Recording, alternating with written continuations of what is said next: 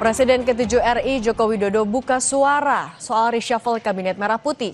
Jokowi bilang reshuffle merupakan hak prerogatif Presiden Prabowo. Jokowi menyatakan soal pergantian menteri dan reshuffle kabinet adalah hak prerogatif Presiden Prabowo. Dirinya tidak ikut campur dalam pergantian menteri yang dilakukan. Jokowi juga menanggapi soal dicopotnya Ketua Umum Projo Budi Aristiadi dari kursi Menteri Koperasi. Jokowi menyatakan dalam waktu dekat akan bertemu Budi Ari.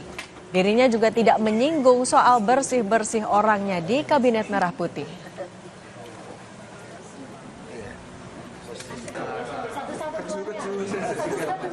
Reshuffle kabinet, reshuffle menteri itu adalah hak prerogatif Presiden.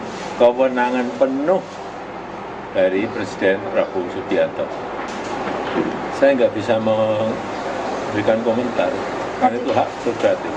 Artinya Pak Prabowo sempat minta saran ke Bapak mungkin terkait reshuffle ini, Pak? Nggak ada. Itu hak prerogatif Presiden dan saya nggak ingin juga ikutan saya di Solo terus. Sudah ketemu dengan Pak Budi Ari? Belum ketemu. Tapi mungkin segera ketemu. Belum ketemu.